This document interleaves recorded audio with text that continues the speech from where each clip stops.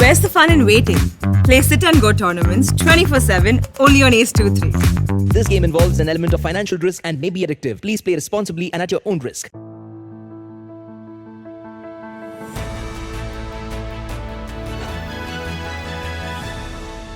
अब तक ऐसा माना जाता है कि ब्रेन स्ट्रोक सिर्फ बुजुर्गों को ही होता है, पर आधुनिक जीवन शैली की जटिलता की वजह से मिडिल एज ग्रुप के लोगों को भी ये समस्या देखने को मिलती है।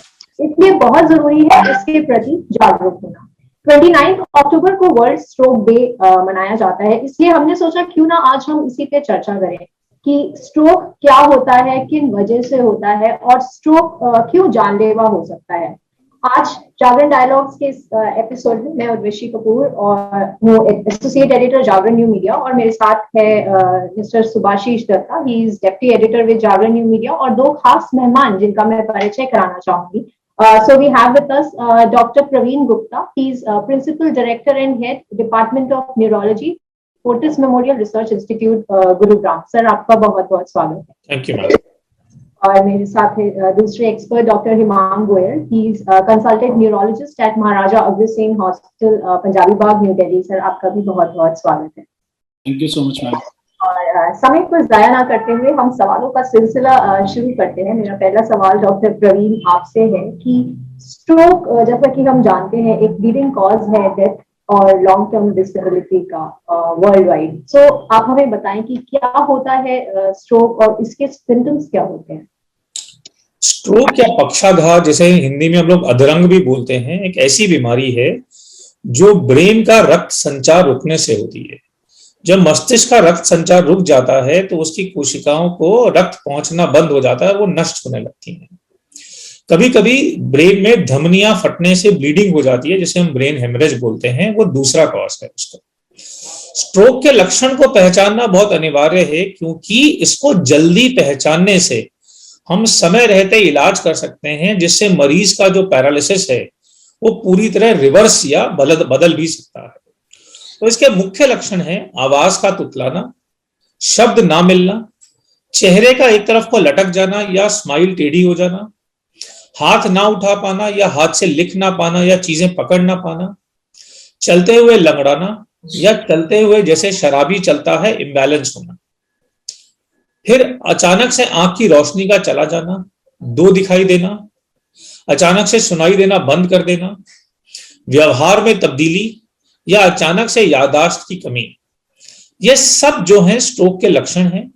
इन्हें सरलता से पहचाना जा सकता है अगर हम जागरूक हों तो, और मरीज को 4.5 घंटे के अंदर एक ऐसे अस्पताल में ले जाना चाहिए जिसमें सीटी स्कैन की अवस्था हो, ताकि स्ट्रोक को रिवर्स करने का, क्लॉट को तोड़ने का इंजेक्शन लगा के मरीज को स्वस्थ अवस्था में वापस लाया जा सके। इसलिए लक्षणों को पहचानना इतना अनिवार्य है। धन्यवाद। थैंक यू डॉक्टर प्रवीण, आपने बहुत ही सरल भाषा में हमें समझाया कि स्ट्रोक के क्या क्या सिम्टम्स होते हैं। डॉक्टर हिमांक, मैं आपके पास आना चाहूंगा। जैसा कि डॉक्टर प्रवीण ने बताया कि स्ट्रोक कंप्लीटली ब्रेन से रिलेटेड है, बट स्टिल हमारे देश में क्या है कि जो आम जनता है वो कहीं ना कहीं स्ट्रोक को हार्ट अटैक से लिंक कर देते हैं, कंफ्यूज हो जाते हैं कि स्ट्रोक का शायद हार्ट अटैक है। तो थोड़ा हमें बताइए कि इन दोनों में डिफरेंस क्या है और क्यों हमें कंफ्यूज नहीं होना चाहिए।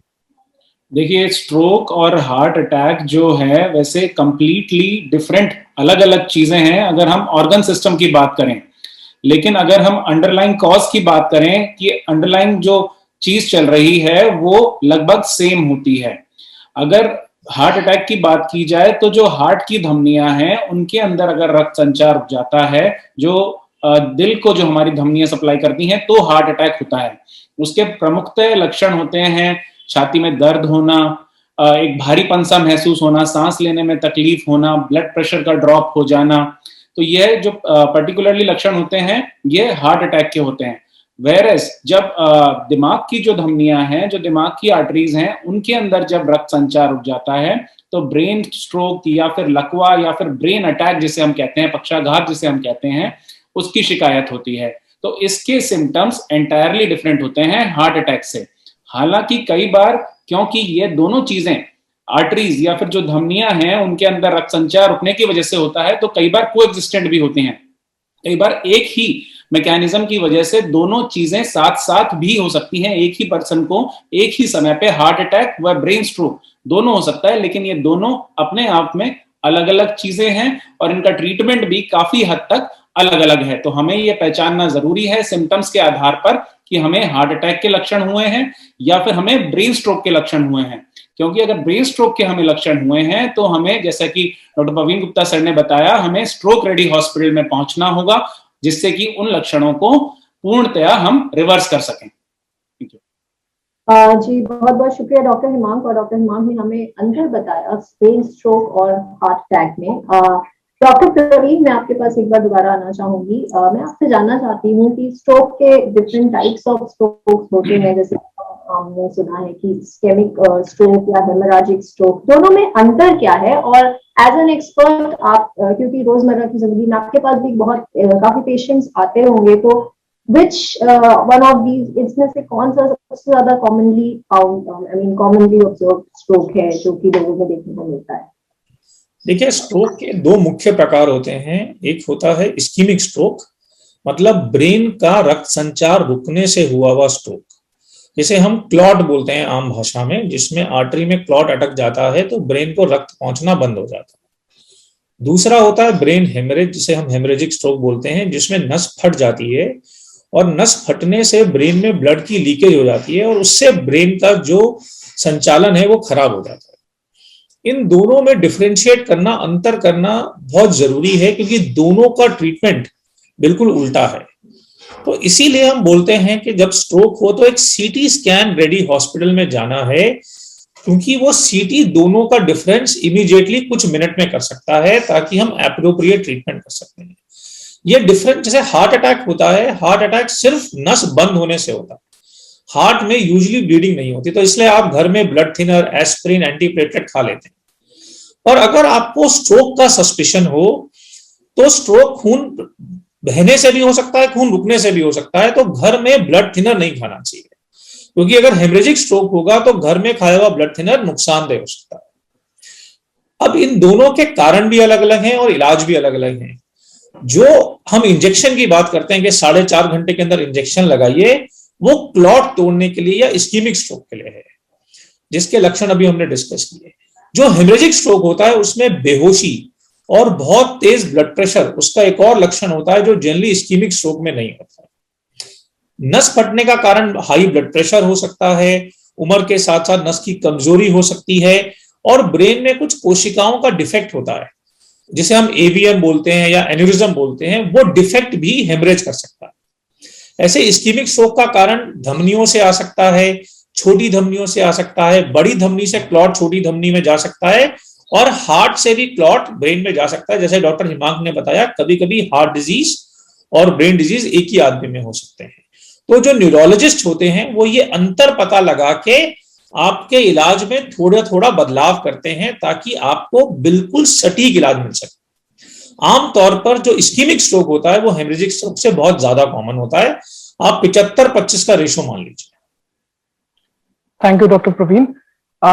डॉक्टर हिमांक, मैं आपके पास वापस आना चाहूंगा। अभी हमने बात की कि डिफरेंट काइंड्स ऑफ स्ट्रोक्स के बारे में, तो अब थोड़ा मैं बताइए कि हमारे देश के पर्सपेक्टिव से अगर हम देखें तो हमारे देश में कौन से लीडिंग कॉजेज हैं स्ट्रोक के, थोड़ा उनके बारे में बताइए, और क्या स्ट्रोक्स हेरिडिटरी भी हो सकता है? हाँ जी, ये बहुत ही अच्छा सवाल है, और इस चीज को हमें आइडेंटिफाई इसलिए भी करना जरूरी है क्योंकि अगर हम ये रिस्क फैक्टर्स को और इन कारणों को अगर हम जानते हैं तो हम टाइमली इनको अगर इवेलुएट कराएं तो हम स्ट्रोक होने से अपने आप को बचा सकते हैं।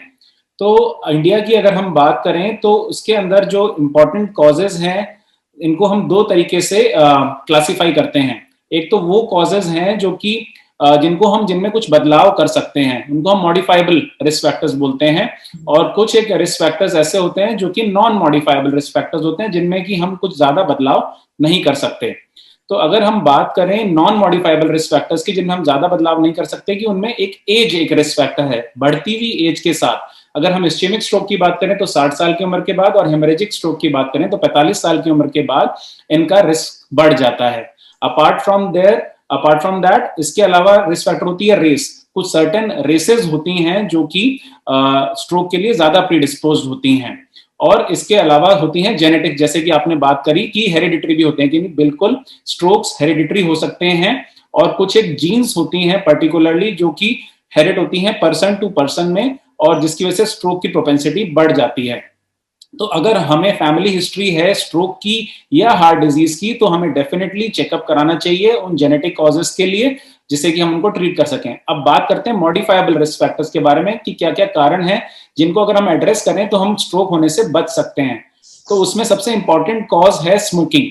स्मोकिंग सबसे इंपॉर्टेंट रिस्क फैक्टर है स्ट्रोक के लिए, और हमें जो है स्मोकिंग बिल्कुल नहीं करनी है अगर हमें स्ट्रोक होने से प्रिवेंट करना है अपने आप को। Apart from that, blood pressure, उच्च रक्तचाप जिसे हम कहते हैं, ब्लड प्रेशर का 140/90 से ज्यादा होना, ब्लड शुगर, अगर ब्लड शुगर है और वो बहुत अच्छे कंट्रोल में नहीं है तो भी एक स्ट्रोक का अपने आप में रिस्क फैक्टर है।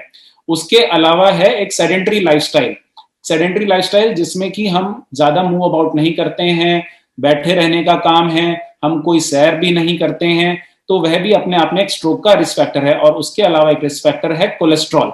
तो कोलेस्ट्रॉल का ज्यादा होना भी एक रिस्क फैक्टर है जिसको डाइट और ड्रग्स के माध्यम से कंट्रोल किया जा सकता है। तो यह सब प्रमुख जो कारण हैं स्ट्रोक के केस में, ये इंपॉर्टेंट कारण हैं जो कि इंडिया के केस में पर्टिकुलरली स्ट्रोक के केस में इंपॉर्टेंट हैं। अपार्ट फ्रॉम दैट, जो डॉक्टर गुप्ता सर ने बताए हैं कि जैसे कि रक्त कोशिकाओं की जो डिफेक्ट है, जैसे एवी मालफॉर्मेशंस, अन्यूरिज्म्स, ये सब अलग रिस्क फैक्टर्स हैं। इनके अलावा कुछ रेयर कॉजेज में जैसे कि इन्फेक्शंस हो गए, ब्रेन ट्यूमर हो गए, एक्सीडेंट्स हो गए, ये भी कुछ रेयर कॉजेज हैं स्ट्रोक के, बट इंपॉर्टेंट कॉजेज वो हैं जो हमने मॉडिफाइबल और नॉन मॉडिफाइबल करके पहले डिस्कस करें। बहुत बहुत शुक्रिया डॉक्टर हिमांग, आपने हमें बताया कि क्या कॉजेज हो सकते हैं स्ट्रोक्स में, स्ट्रोक से related. And similar question doctor Praveen मेरा आपसे है कि हम आजकल काफी खबरों में पढ़ते आ रहे हैं कि यंगर जनरेशन को स्ट्रोक की समस्या हो रही है, तो क्या रीजन हो सकता है कि ऐसा क्यों हो रहा है कि यंगर जनरेशन जो है they are getting more vulnerable to stroke? अब ये बड़ी इम्पोर्टेंट और बहुत ही डरावनी बात भी है साथ में। मैं अगर आपको बताऊं, पिछले हफ्ते हमने 10 स्ट्रोक एडमिट किए अपने हॉस्पिटल में, जिनमें से 5 स्ट्रोक्स की जो उम्र थी ऑनसेट की वो 16 से 45 साल के बीच में थी। मतलब 16 से 45 साल में अगर आधे स्ट्रोक हो रहे हैं या 1/3 स्ट्रोक हो रहे हैं, इसका मतलब हमारे देश की जो वर्किंग पॉपुलेशन है, जो एक्टिव रहने वाली है, वो इतनी ससेप्टेबल हो गई। तो इसमें कुछ यूनिक कारण हैं जिसकी वजह से ऐसा हो रहा है। एक तो ब्लड प्रेशर और डायबिटीज की जो उम्र है जब उसका ऑनसेट होता है वो बहुत कम हो गई है। अगर आज आप जाने तो करीब 10 से 15% अर्बन मेल्स को डायबिटीज है, और उसमें बहुत सारे ऐसे मेल्स हैं जो 45 साल की कम उम्र के हैं। ऐसे ही मॉडर्न लाइफस्टाइल की वजह से हाइपरटेंशन बहुत ज्यादा बढ़ गई है, और उच्च रक्तचाप की बीमारी भी 35 साल के लोगों को, 30 साल के लोगों को होने लगी है। जो स्मोकिंग है और अधिक अल्कोहल का सेवन, अधिक कॉफी पीना, ये हमारी जीवन शैली के हिस्से बन गए हैं, और इससे यंग लोग ज्यादातर ग्रसित हैं। विद डायबिटीज, ब्लड प्रेशर, ये सारी चीजों का जो इम्पैक्ट है बहुत ज्यादा बढ़ जाता है। फिर इसके आगे सेडेंटरी लाइफस्टाइल और ओबेसिटी यंग पॉपुलेशन में भी बहुत बढ़ गया है, जिसकी वजह से उनका जो रिस्क है, उनका जो कोलेस्ट्रॉल है वो एवरेज से ज्यादा हो गया। फिर आते हैं स्लीप। मॉडर्न लाइफस्टाइल में हम घंटों तक वीडियो गेम खेलते रहते हैं, फोन में गेम्स खेलते रहते हैं, सोशल मीडिया में चैटिंग करते रहते हैं, तो हमें एडिक्वेट स्लीप नहीं मिल रही है। एडिक्वेट स्लीप नहीं मिलने से हमारी बॉडी के जो हार्मोन्स हैं उसके अंदर एक इम्बैलेंस आ रहा है। कई सारे सीईओज और लोगों की अचानक डेथ हुई तो पाया वो लोग जो भागते थे और मैराथन रनर थे, पर एडिक्वेट स्लीप के कारण उनको दिल का दौरा या स्ट्रोक से नुकसान झेलना पड़ा। फिर हमारे देश में हम एक प्रीडोमिनेंटली वेजिटेरियन कंट्री हैं, और हमारे देश में एक होमोसिस्टीन करके हमारी बॉडी के अंदर अमाइनो एसिड पाया जाता है। उसको मेटाबोलाइज करने के जो एंजाइम्स होते हैं उसका भी डिफेक्ट कुछ रेसेस में पाया जाता है। होमोसिस्टीन बढ़ना हमारे देश में यंग स्ट्रोक का बहुत कॉमन कारण है, और हम इसे आसानी से टेस्ट कर सकते हैं और विटामिन्स खा के इसे ठीक भी कर सकते हैं। हमारे पास जो पिछले हफ्ते में 5 स्ट्रोक आए, उसमें से 2 लोगों में होमोसिस्टीन बढ़ा हुआ था, जिसका इलाज करने से होपफुली हम उनका एक रिस्क फैक्टर खत्म कर सकते हैं। एक और बात है जो बहुत इंपॉर्टेंट है, वो है पॉल्यूशन। जो नई रिसर्च आ रही है उसने WHO ने पाया है कि करीब 25% रिस्क स्ट्रोक का पॉल्यूशन बढ़ाती है, हमारी बॉडी में ऑक्सीडेटिव स्ट्रेस बढ़ाकर हमारी नसों का जो डैमेज है उसे वो बढ़ा देती है। और ये जितने भी रिस्क फैक्टर्स हमने डिस्कस किए, ये सारे फैक्टर्स का जो इम्पैक्ट है, जो हमारी बॉडी पे खराब असर है, उसको और बढ़ा देती है। तो इतने सारे रिस्क फैक्टर हैं, पर इसमें से अधिकतर रिस्क फैक्टर हम बदल सकते हैं अपनी जीवन शैली में तब्दीली लाकर। अगर हम इन फैक्टर्स पर थोड़ा सा भी काम करें तो हमारा स्ट्रोक का रिस्क 50% तक कम हो सकता है, जो अपने आप में बहुत बड़ी बात है। धन्यवाद। थैंक यू डॉक्टर गुप्ता, आपने बहुत अच्छे से बताया कि कैसे कैसे हमारे लाइफस्टाइल रिलेटेड रिस्क फैक्टर्स हमें और ज्यादा वल्नरेबल बना देते हैं स्ट्रोक से। डॉक्टर हिमांक, मैं आपके पास वापस आना चाहूंगा। ये जैसा कि भी डॉक्टर गुप्ता ने बताया कि young people are getting more vulnerable to stroke. So जैसा हम लोग देख रहे हैं, स्ट्रेस बहुत ज्यादा बढ़ गया है लाइफ में, कोविड एरा में। सो हमें थोड़ा बताइए कि ये जो ब्रेन हेल्थ को कैसे ये इम्पैक्ट कर रहा है और कौन से ऐसे लाइफस्टाइल फैक्टर्स हैं जिनको हम इम्प्रूव कर सकते हैं इस रिस्क को कम करने के लिए। सो थोड़ा इस बारे में बताइए। देखिए, ये बहुत ही अच्छा क्वेश्चन है Shubhashish ji, specially in this covid era, जब सभी अंदर ही अपने, जो कह सकते हैं कि अपने लॉकडाउन हो गए हैं, पिंजरे के अंदर बंद हो गए हैं। तो इसमें एक तो ये इम्पैक्ट हमारे को दो तरीके से कर रहा है। एक तो हमारी मेंटल हेल्थ को इम्पैक्ट कर रहा है, जिससे कि स्ट्रेस लेवल्स बहुत ज्यादा बढ़ गए हैं, चिड़चिड़ापन, तनाव, नींद ना आना, ये सब बहुत ज्यादा हो गया। और एक जो फिजिकल स्ट्रेस में क्या हो गया, एक सेडेंटरी लाइफस्टाइल हो गई है। पहले we used to go out, हम बाहर जाते थे, लोगों से मिलते थे, सैर करते थे और एक हेल्थी लाइफस्टाइल मेंटेन करते थे। लेकिन अब एक ही घर के अंदर, एक ही कमरे के अंदर कैद हो जाने की वजह से वो एक लाइफस्टाइल, एक फिजिकल जो हमारी एक्टिविटी है, कहीं ना कहीं रेस्ट्रिक्ट हो गई है। तो ये जो मेंटल स्ट्रेस है और ये जो फिजिकल स्ट्रेस है, ये दोनों ही बहुत एक इंपॉर्टेंट कॉन्ट्रीब्यूटर है स्ट्रोक की इंसिडेंस और स्ट्रोक की प्रेवलेंस बढ़ाने के लिए। अब किया जाए इसके लिए हमें कुछ एक चीजें हैं, कुछ एक मॉडिफिकेशन है अपनी लाइफस्टाइल में इनकॉर्पोरेट करनी होंगी, डे टू डे लाइफस्टाइल में। अब जो लाइफस्टाइल चेंजेस हैं, इनको हम दो तरीके से क्लासिफाई कर सकते हैं। एक जो लाइफस्टाइल चेंजेस हैं वो है प्राइमोर्डियल, जो है लाइफस्टाइल प्राइमोर्डियल, और एक है प्राइमरी। प्राइमोर्डियल लाइफस्टाइल ये उन लोगों के लिए हैं जिनको अभी कोई प्रॉब्लम नहीं है, कोई रिस्क फैक्टर नहीं है, छोटे बच्चे हैं, यंग एडोलेसेंट्स हैं, जिनको कोई फैमिली हिस्ट्री भी नहीं है, जिनको कोई बीपी, शुगर, रक्तचाप वाली कोई बीमारी नहीं है।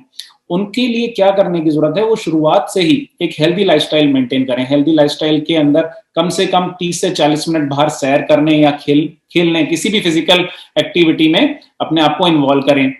एक अच्छी स्लीप, 7 to 8 आवर्स की एक अच्छी स्लीप अपनी मेंटेन करें। स्क्रीन टाइम कम करें। स्क्रीन टाइम में यह है कि जो रिकमेंडेड स्क्रीन टाइम है वो 1 से 1.5 घंटे का स्क्रीन टाइम पूरे दिन में है, तो अपना स्क्रीन टाइम कम करें। पानी ज्यादा पिएं और जो फाइबर कंटेंट है अपनी डाइट के अंदर बढ़ाएं। जो फाइबर कंटेंट है, जैसे कि सैलेड्स हो गए, जो हमारा अनाज हो गया वो बारीक पिसा हुआ ना हो, मोटा अनाज हम यूज करें।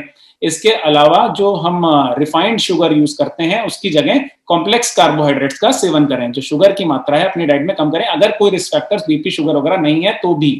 अब दूसरी चीज है, जो जिनको रिस्क फैक्टर्स हैं, मतलब जिसके पास ब्लड प्रेशर है, जिसको ऑलरेडी शुगर की बीमारी है, जिसको किसी फैमिली मेंबर की हिस्ट्री है कि उसको किसी फैमिली मेंबर को, फादर को, मदर को स्ट्रोक हुआ है या हार्ट अटैक की समस्या हुई है, उन लोगों को कुछ स्पेशल अलग से प्रिकॉशन रखने चाहिए apart from these dietary and lifestyle changes. ये स्ट्रेस और फिजिकल एक्टिविटी तो उनको भी अपनी कंट्रोल में रखनी चाहिए। अपार्ट फ्रॉम दैट, जो ब्लड प्रेशर है, उच्च रक्तचाप, वो अपनी दवाइयों की माध्यम से कंट्रोल में रखना चाहिए। जो ब्लड प्रेशर है वो 140/90 से नीचे रखना चाहिए। ये स्टडीज में पाया गया है कि अगर 10 mm of Hg blood pressure भी लोअर किया जाता है तो हम अपना जो स्ट्रोक का रिस्क है 30 से 40% कम कर सकते हैं। जो 3 महीने वाला जो शुगर होता है डायबिटिक पेशेंट का, HbA1c लेवल जिसे हम कहते हैं, वो 6.5 से 7 के बीच में रहना चाहिए।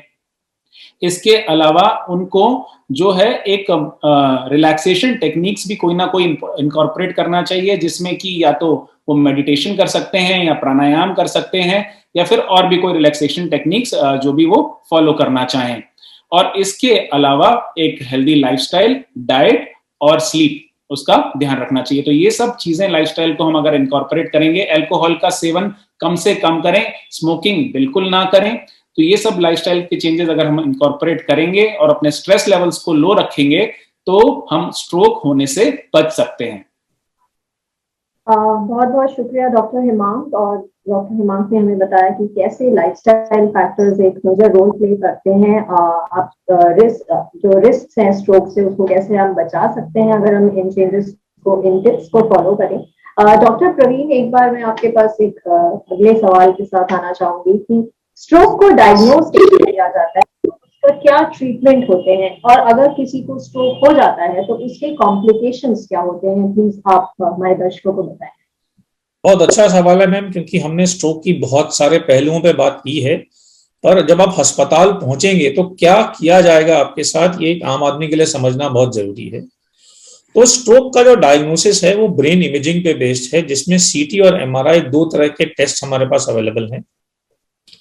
जो सीटी है वो शुरू के कुछ घंटों में क्लॉट को देख नहीं पाता है, वो सिर्फ ये बताता है कि हेमरेज है कि नहीं, क्योंकि दोनों के लक्षण सेम होते हैं। तो अगर हेमरेज नहीं है तो हम उसे क्लॉट की तरह ट्रीट कर सकते हैं, और 2-3 दिन बाद सीटी में क्लॉट और क्लॉट से हुई भी डैमेज भी दिखने लगती है।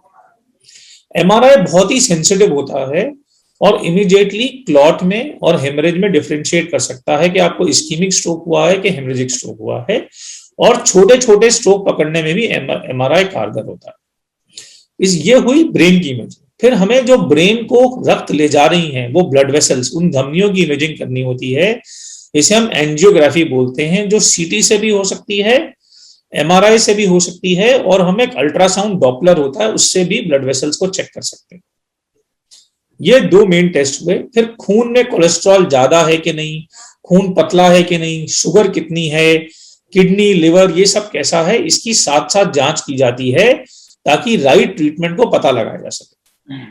जिन लोगों को इस्कीमिक स्ट्रोक होता है और जो 4.5 घंटे के अंदर अस्पताल पहुंचते हैं, उन्हें एक्टिलाइज या टेनेक्टेप्लेस नाम का ब्लड थिनर इंजेक्शन होता है, जो क्लॉट को तोड़ सकता है और रक्त संचार को इमीडिएटली चालू कर सकता है, वो देने की कोशिश की जाती है। जो पेशेंट्स इसके लिए एलिजिबल नहीं होते क्योंकि वो 4.5 घंटे के बाद आए हैं या उन्हें कोई ब्लीडिंग रिस्क है, तो उन्हें हल्के ब्लड थिनर, जिन्हें एंटी प्लेटलेट और एंटी कोगुलेंट बोलते हैं, उनसे ट्रीट किया जाता है।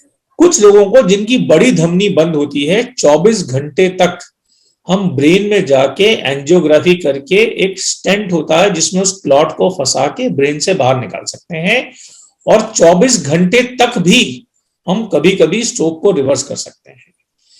पहले जो लोग अचानक से सोकर उठे हैं या जिन्हें मालूम नहीं है कि स्ट्रोक कब हुआ, उनको इंजेक्शन नहीं दे पाते थे, पर आजकल एडवांस एमआरआई टेक्निक से उनको भी हम इंजेक्शन दे सकते हैं। इसके बाद ब्लड प्रेशर की मैनेजमेंट, शुगर की मैनेजमेंट, फिजियोथेरेपी और रिस्क फैक्टर जिनको भी हमने डिस्कस किया, उनका एनालिसिस, ताकि स्ट्रोक दोबारा ना हो। इसमें कुछ लोगों की छोटी धमनियों में दिक्कत होती है, जिन्हें हम वैस्कुलाइटिस बोलते हैं, या इम्यूनिटी की दिक्कत होती है, जो खासकर यंग लोगों में प्रीडोमिनेंट है। तो क्लॉटिंग की दिक्कत, इम्यूनिटी की दिक्कत या ब्लड वेसल की दिक्कत यंग लोगों में अलग से चेक की जाती है एडिशनली, ताकि उनके स्पेसिफिक रिस्क फैक्टर्स को हम पता लगा सकें। अगर किसी को हेमरेज या हेमरेजिक स्ट्रोक है, तो उसमें कुछ लोगों को जिनमें ब्लड बहुत ज्यादा होता है या ब्रेन का प्रेशर बहुत बढ़ गया होता है, उन्हें सर्जरी करने की जरूरत पड़ सकती है इमीडिएटली। जिसमें हेमरेज छोटा होता है, ब्रेन का प्रेशर बहुत ज्यादा नहीं होता, या ब्रेन की जो कोशिकाएं हैं अपनी जगह से ज्यादा स्थगित नहीं हुई होती, उनमें दवाई का इलाज भी काम करता है, जिसमें ब्रेन की सूजन हटाने का इलाज, दौरा नहीं आए उसका इलाज, रक्तचाप कंट्रोल में रहे उसका इलाज। इस्कीमिक स्ट्रोक हो या हेमरेजिक स्ट्रोक हो, 3 से 5वें दिन ब्रेन में सूजन बढ़ने लगती है, और अगर ब्रेन की सूजन ज्यादा बढ़ जाती है तो जो ऊपर की ये हड्डी है, इसको हम निकाल सकते हैं ताकि ब्रेन को एक्सपैंड करने की, विस्तार करने की जगह मिल सके और आदमी की जान बचाई जा सके। इन सब लोगों में cardiac risk factor, kidney, liver साथ में टेस्ट किया जाता है, ताकि उसकी भी जांच और दवाई की सेफ्टी हम चेक कर सकें साथ साथ।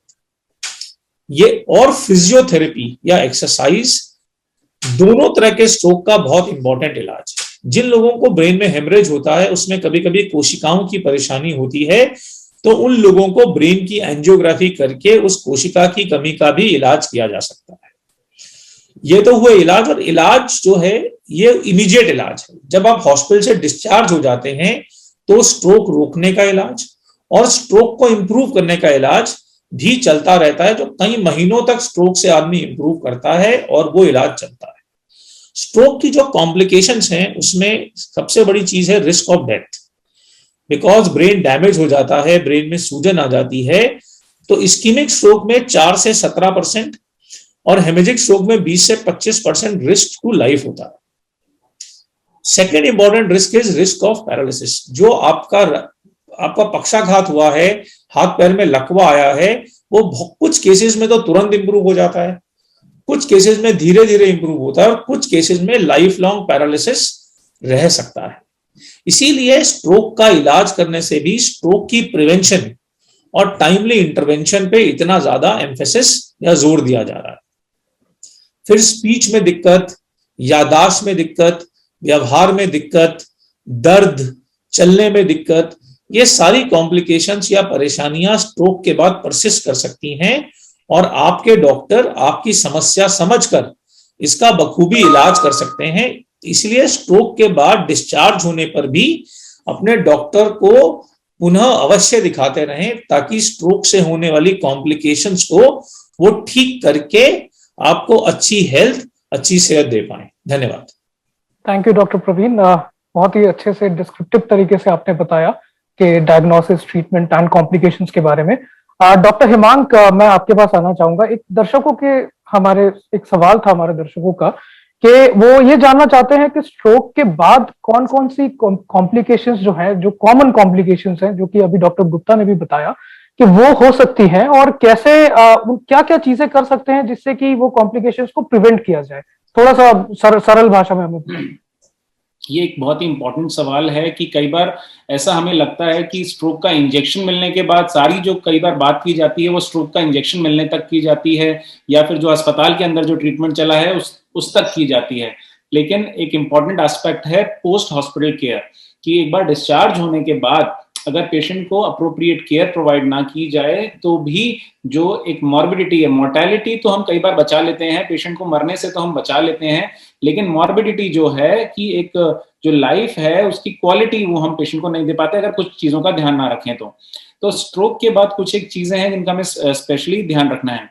तो स्ट्रोक के बाद एक कॉम्प्लिकेशन है जिसे हम बोलते हैं स्पास्टिसिटी। जिस हिस्से में कमजोरी आती है वह हिस्सा, जैसे उसमें जब रिकवरी आने लगती है, पावर आने लगती है, तो ब्रेन के अंदर जो कुछ अरेंजमेंट है वो उस तरीके का है कि एक प्रकार की मसल है उनमें थोड़ी सी ज्यादा पावर आती है और दूसरी ग्रुप ऑफ मसल्स में थोड़ी सी कम पावर आती है, जिसकी वजह से एक जो हिस्सा है हमारा बॉडी का वो स्टिफ होने लगता है और जो है उसमें काम करने में, पावर आने के बाद भी काम करने में दिक्कत होने लगती है। तो इसके लिए हमें जरूरी है कि अगर हमें ऐसा नोटिस होता है कि बॉडी के उस हिस्से में जिसमें पैरालिसिस हुआ था उसमें स्टिफनेस आ रही है, तो हम अपने डॉक्टर से मिलें जिससे कि हम स्टिफनेस कम करने के लिए जो कुछ दवाइयां हैं वो स्टार्ट कर पाए, प्लस उसके लिए एक अप्रोप्रिएट फिजियोथेरेपी का जो है इनिशिएट कर पाए, एक्सरसाइजेस।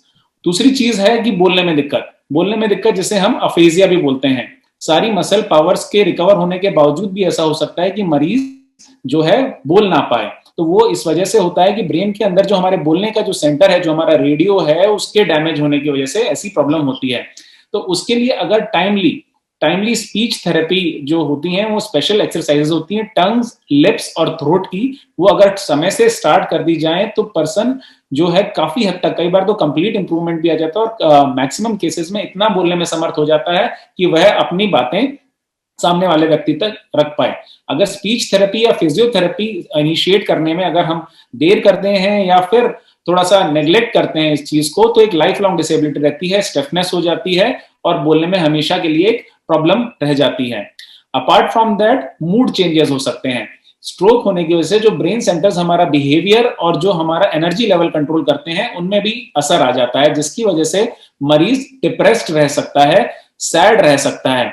तो ये जो सैडनेस है, ये जो डिप्रेशन है, ये हमारी रिकवरी को भी इफेक्ट करती है। अगर हमें लगता है कि स्ट्रोक से रिकवर होने के कुछ समय के बाद मरीज हमारा सैड रहने लग गया है, उनका एक्टिविटीज में, खाने पीने में, एक्सरसाइज में उतना मन नहीं करता है, तो तो हमें भी अपने डॉक्टर से मिलना चाहिए। तो उसके लिए हम कुछ ड्रग्स स्टार्ट कर सकते हैं जिन्हें हम एंटी डिप्रेसेंट्स बोलते हैं, जिनको स्टार्ट करने से हम थोड़ा सा अलर्टनेस लेवल और बिहेवियर और मूड थोड़ा स्टेबलाइज कर सकते हैं, जिससे कि पेशेंट की रिकवरी बेटर हो। अपार्ट फ्रॉम दैट अदर चीजें जैसे कि स्लीप, डिस्टर्ब स्लीप, स्ट्रोक के बाद स्लीप पैटर्न का डिस्टर्ब होना एक आम बात है। पेशेंट दिन में ज्यादा सो रहा है, रात में कम सो रहा है, अल्टर्ड स्लीप पैटर्न। और दूसरी चीज है दौरा। जो स्ट्रोक जो 3 से 4 महीने बाद का जो पीरियड है उसमें एक दौरा पड़ने का चांस काफी ज्यादा रहता है, जिसे हम फिट्स कहते हैं, हाथ पैर का टाइट हो जाना, आंखें ऊपर चढ़ जाना। तो इसके लिए भी हमें जरूरी है कि हम समय समय पर फॉलो अप करते रहें, जिससे कि हम ये असेस कर पाए कि कुछ एक तरीके के स्ट्रोक होते हैं जिनमें दौरा पड़ने का रिस्क ज्यादा होता है। तो उस तरीके के स्ट्रोक अगर हैं तो हम रिपीटेडली असेस करते रहें अपने डॉक्टर के साथ, जिससे कि हम वो दौरा पड़ने वाली दवाई समय से स्टार्ट कर सकें। क्योंकि अगर दौरा बार बार पड़ता है तो उसकी वजह से जो अंडरलाइंग स्ट्रोक है उसके अंदर डैमेज बढ़ता है और जो प्रॉब्लम है वो आगे बढ़ सकती है। अपार्ट फ्रॉम दैट जो बाकी के रिस्क फैक्टर हैं जैसे कि कोलेस्ट्रॉल ज्यादा होना, हार्ट की कोई तकलीफ होना, इन सब चीजों को भी समय समय पे इन्वेस्टिगेट करना और कंट्रोल में रखना उतना ही जरूरी है जितना पोस्ट स्ट्रोक केयर है। Thank you. बहुत बहुत शुक्रिया डॉक्टर हिमांग इस सवाल का जवाब देने के लिए। और समय का अभाव है, सवाल हमारे पास बहुत है, तो इस सेशन को अब हम यही वाइंड अप करते हैं। बहुत बहुत शुक्रिया डॉक्टर प्रवीण गुप्ता और डॉक्टर हिमांग गोयल, आप दोनों का। आप दोनों ने बहुत अच्छे से समझाया कि स्ट्रोक क्या होता है, क्या कॉम्प्लिकेशंस हो सकते हैं, क्या सिम्टम्स हो सकते हैं, एवरीथिंग रिलेटेड टू स्ट्रोक आपने बहुत ही इजी लैंग्वेज में, बहुत ही सरल भाषा में हमें समझाया। और आई एम श्योर जितने भी हमारे दर्शक हैं उनके जो भी सवाल थे उनको उन सवालों का जवाब मिल चुका होगा। इस सेशन को आप दैनिक जागरण के फेसबुक पेज पर देख सकते हैं और हम कुछ ही देर में इसको दैनिक जागरण के यूट्यूब पे भी पब्लिश करने वाले हैं, तो आप वहां भी देख सकते हैं और अपने दोस्तों के साथ, रिश्तेदारों के साथ शेयर कर सकते हैं, सो दैट उनको भी इस जो भी हमने आज चर्चा करी है उसके बारे में उनको भी अवेयरनेस, वो भी अवेयर हो और उनको भी इसके बारे में पता चले। तो आज के लिए बस इतना ही। नेक्स्ट वेडनेसडे अब हम फिर मिलेंगे एक नए हेल्थ टॉपिक के साथ, न्यू एक्सपर्ट्स के साथ। तब तक के लिए thank you so much everybody for joining. Thank you so much.